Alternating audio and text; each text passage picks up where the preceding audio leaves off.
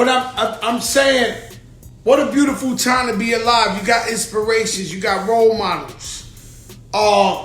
Don't like what's going on with Rick Ross and DJ Envy. Don't like it.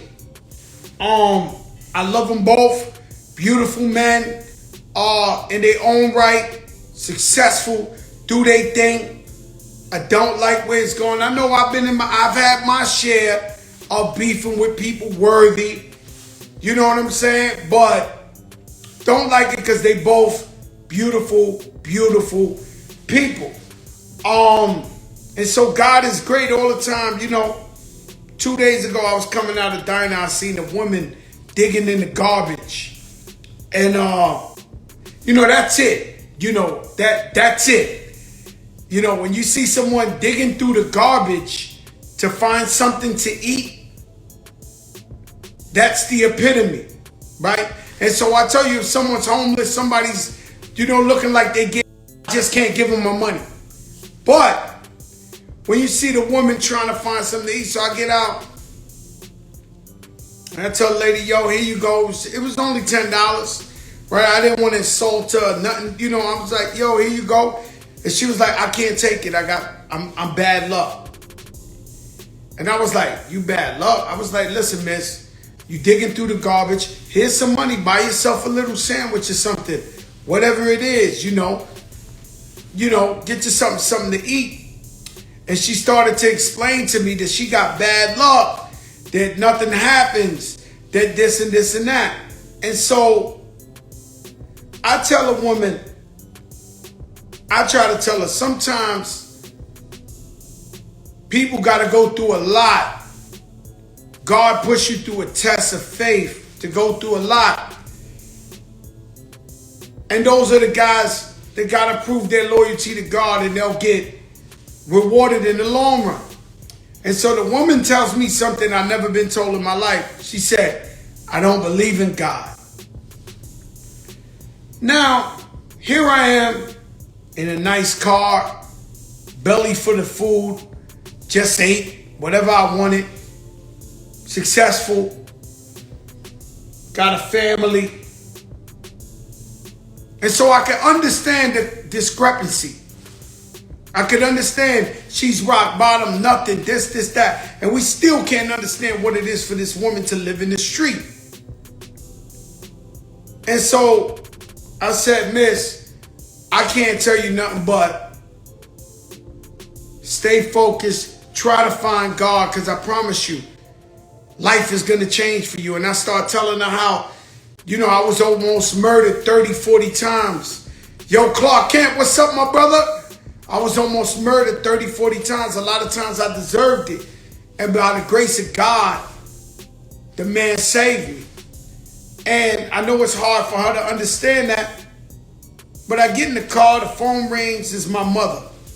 On time.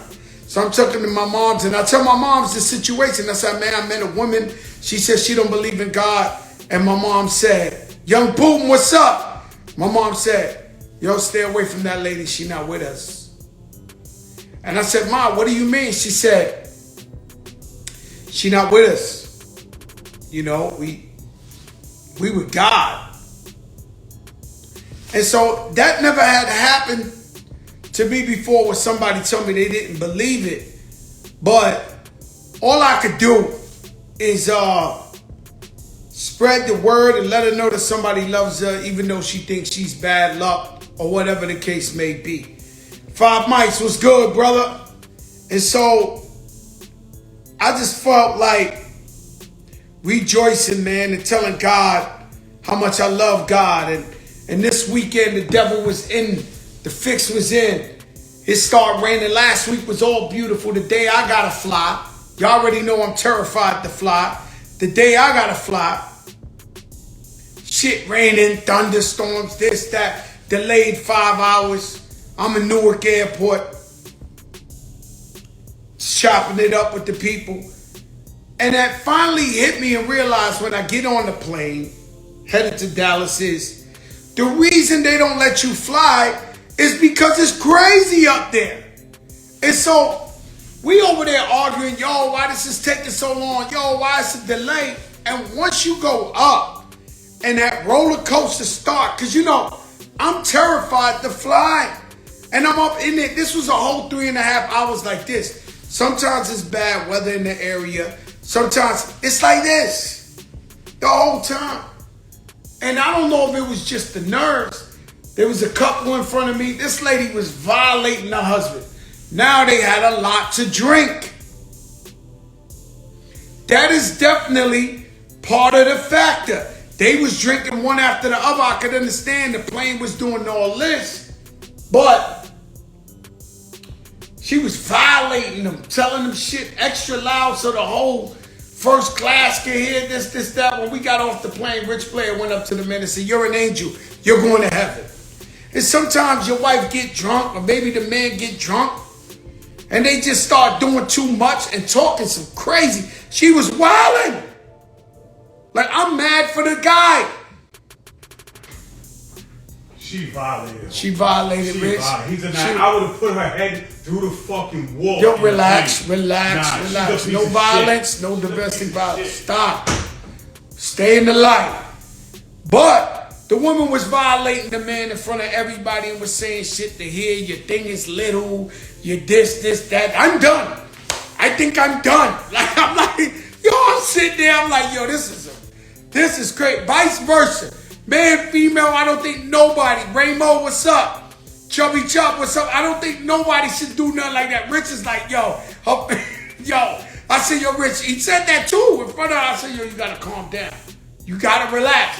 Because, you know, look, man, it ain't nobody's business. Don't try to embarrass your loved one in front of everybody and talk all type of disrespectful shit in front of everybody.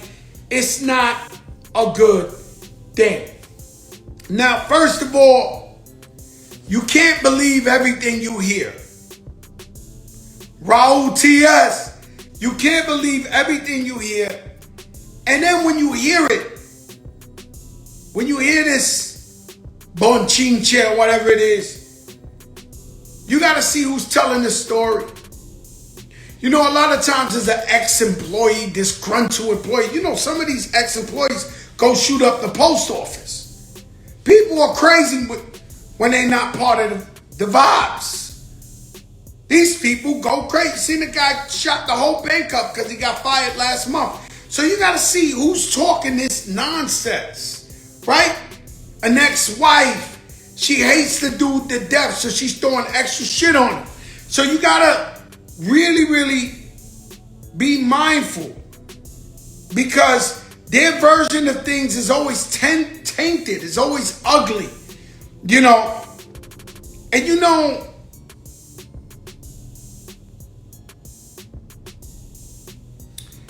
it's bad when it's show, right? You know it's bad when it's show. It's real bad when it's show. Because people are ugly inside, ugly thoughts, but when they show it, it's real bad, right? And so I like to look at things when people talk about other people or whatever the case may be. I just be like, you know, especially if it's YouTube or a podcast or whatever. You know, nowadays, you know, the YouTube done turned into cyber panhandling. Hit the like, donate $1. If you like me, give me some. It's crazy. It's really out of control.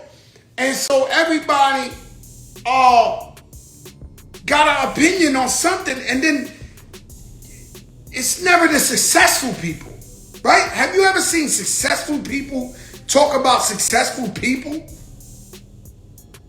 Successful people don't got enough time. You know, my brother Farris is here for the lynch mob. He did 20-something years in Harlem. And I seen him put up, he said, yo, real niggas don't care about whatever niggas think. Because you too busy trying to do you. You know, this lifetime is so small. And you want to enjoy every single minute of the day. Then imagine if you had time to really think about somebody who ain't doing their thing, talking about you, or talking about. That means so little to me, so nothing.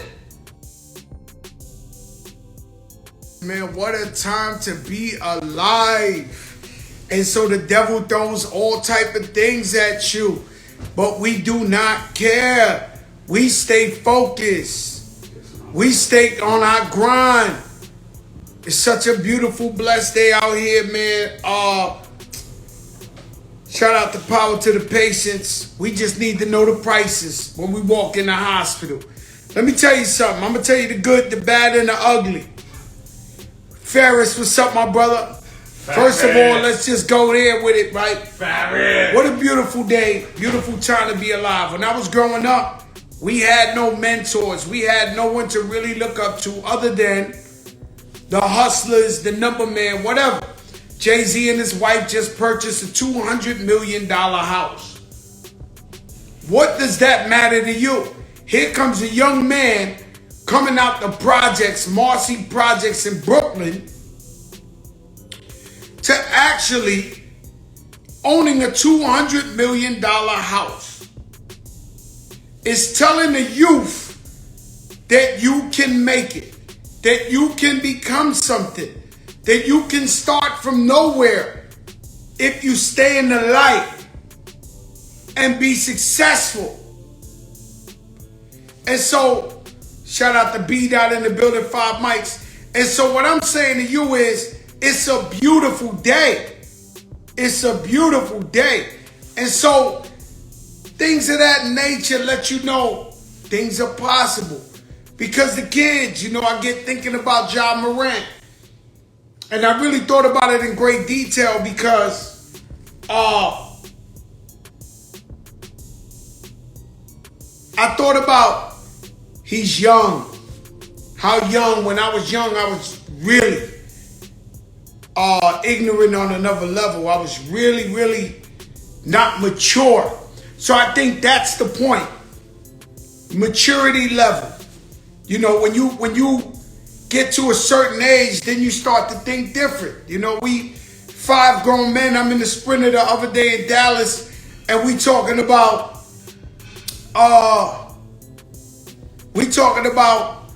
Ja Morant things, and all of us said, yo, when we was young, we was ignorant, we was crazy, we was wild.